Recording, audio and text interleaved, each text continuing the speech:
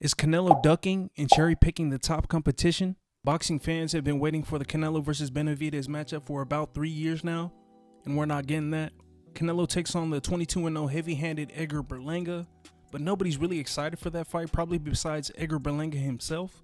And it's no doubt that Canelo's a first ballot Hall of Famer with his current resume as well as accolades, but fans as well as the media have been giving him a lot of flack when it comes to his recent choices of opponents. So I want to answer the question of why Canelo is picking the opponents he is.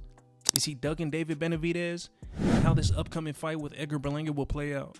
So let's go ahead and get right into it. It's no doubt Canelo hasn't seen a challenging fight since his loss to Dimitri Bivol back in 2022.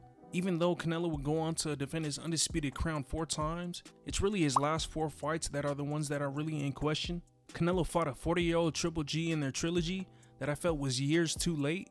He would go on to have a mandatory defense against the UK's John Ryder in a fight that could sell because it was in Canelo's hometown of Guadalajara, Mexico. Then there was the undisputed versus undisputed against Jermell Charlo, who came up 2 weight classes from 154. Another time. That's a big Canelo. And the fight would be a big mismatch with Charlo going the full 12 rounds, but really just trying to survive. And most recent opponent being Jaime Munguia in an all-Mexican fight that I felt Canelo really carried his fellow countrymen through the fight. Obviously not the best competition out there, with David Benavidez being the WBC mandatory for the last 3 years. But when you take a deeper dive into the numbers, it's easy to see why Canelo's taking the fights he's taking. Canelo made $65 million against Triple G, $38 million against John Ryder, $30 million against Jermell Charlo, and $35 million for Jaime Munguia, totaling up to $168 million. And I feel that's the simple answer for our first question of why Canelo's picking and choosing as he pleases. Easy. I'm not fucking easy money. And it also brings up the statement I made earlier as far as Canelo's career, and that he's a Hall of Famer and his legacy is already cemented as far as boxing goes. So he really has nothing else to prove. But now on to the question, is Canelo ducking David Benavidez? In a recent interview on $1 Million Worth of Game, Canelo gave us his own thoughts on his moves as of late. I'm gonna do whatever they want. Right, because you worked hard enough to do what you want. Yes. In this position, I can do whatever I want. Because you put the time, you put the work. Because I deserve it. Look, at some point, all the fighters did. De La Hoya, Floyd Mayweather, Julio Cesar Chavez, Mike Tyson.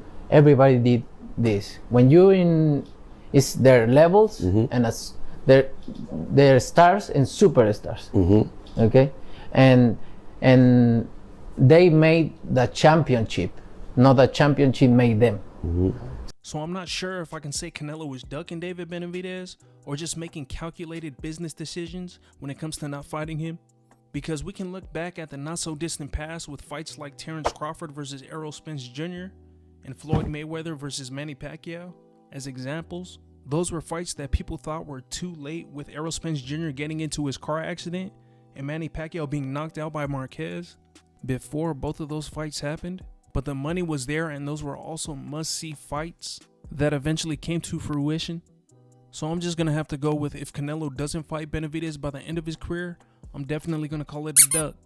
But I'm definitely still hopeful as a fan that this fight will still happen, similar to the big fights in the past, but only time will tell. And last but not least, this Canelo versus Edgar Berlanga fight. Berlanga hasn't fought a top 10 super middleweight in his career, and even though he came into boxing knocking out his first 16 opponents in the first round, there is definitely levels to this game.